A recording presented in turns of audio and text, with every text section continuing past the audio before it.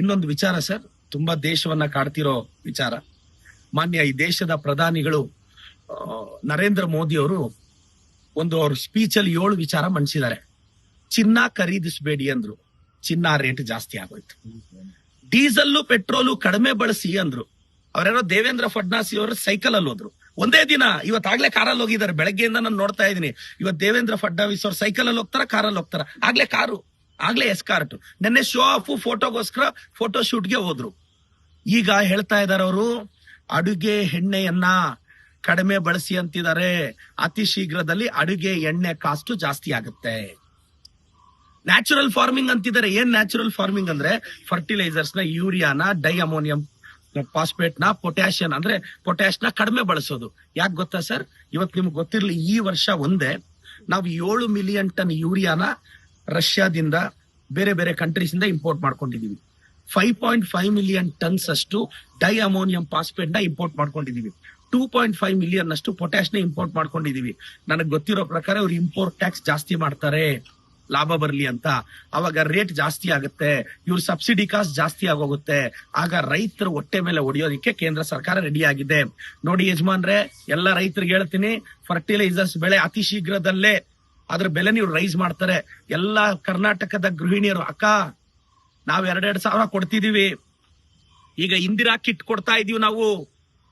ಇವ್ರೇನ್ ಮಾಡ್ತಾ ಇದಾರೆ? ಅಡುಗೆ ಎಣ್ಣೆಯ ಕಾಸ್ಟ್ ಜಾಸ್ತಿ ಮಾಡ್ತಿದ್ದಾರೆ. ಅಕ್ಕ, ಇದನ್ನೆಲ್ಲ ನೀವು ಮನಸ್ಸಲ್ಲಿ ಇಟ್ಕೋಬೇಕು. ನಿಮ್ ಪರವಾಗಿ ನಮ್ ಕಾಂಗ್ರೆಸ್ ಸರ್ಕಾರ ಇರೋದು. ನಿಮ್ ಪರವಾಗಿ ಪ್ರತಿ ಗೃಹಿಣಿಯ ಯೋಗಕ್ಷೇಮವನ್ನ ಅವ್ರು ಚೆನ್ನಾಗಿರ್ಬೇಕು ಅಂತ ಬಯಸೋದು ನಮ್ ಸರ್ಕಾರ. ಆದ್ರೆ ಅವ್ರು ಪ್ರತಿಯೊಂದು ಕಾಸ್ಟ್ ರೈಸ್ ಮಾಡ್ತಾ ಇದ್ದಾರೆ.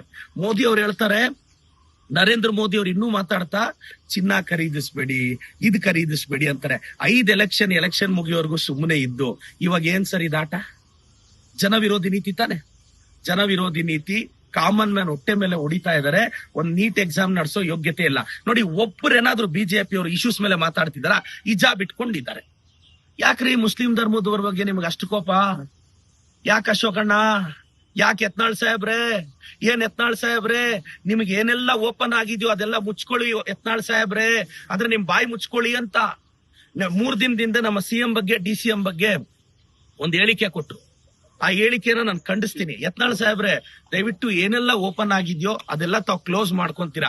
ಸಹಜವಾಗಿ ನಿಮಗ್ ಬಾಯಿ ಓಪನ್ ಆಗಿರುತ್ತೆ ಅಂತ ಬಯಸ್ತೀನಿ. ಏನೇನೋ ಮಾತಾಡಿದ್ದಾರೆ ಅಂದ್ರೆ ಸಿದ್ದರಾಮಯ್ಯನವರು, DK ಶಿವಕುಮಾರ್ ಅವರು ಹಾಗೆ ಹೀಗೆ ಅಂತ ಯತ್ನಾಳ್ ಅವರು ಬಾಯಿಗೆ ಲಗಾಮಿಲ್ದೆ ಮಾತಾಡಿದ್ದಾರೆ.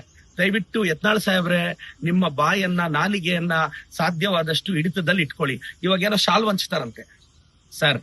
ಬಿಜಾಪುರದಲ್ಲಿ ಬಡವ್ರ ಮಕ್ಳಿದ್ದಾರೆ ಸರ್, ಟೆಕ್ಸ್ಟ್ ಬುಕ್ಸ್ ಕೊಡಿ ಸರ್, ನೋಟ್ ಬುಕ್ ಕೊಡಿ ಸರ್, ಬಟ್ಟೆ ಕೊಡಿಸಿ ಸರ್. ನಿಮ್ ಶಾಲು ಯಾರಿಗ್ ಬೇಕು ಸರ್? ಬಡ ಮಕ್ಕಳಿಗೆ ಕೊಡಿಸಿ. ಬೇಡ ಸರ್, ಬ್ರಾಹ್ಮಣ ಬಡ ಸಮುದಾಯದ ಅರ್ಚಕರ ಮಕ್ಕಳು ಸ್ಟ್ರಗಲ್ ಅಲ್ಲಿ ಇದ್ದಾರೆ, ಅವ್ರಿಗೇನಾದ್ರೂ ಸಹಾಯ ಮಾಡಿ ಸರ್. ಸರ್, ನೀವೆಷ್ಟು ಸಹಾಯ ಮಾಡ್ತಿರೋ ಅದ್ರ ಡಬಲ್ ನಾನು ಸಹಾಯ ಮಾಡ್ತೀನಿ ಸರ್.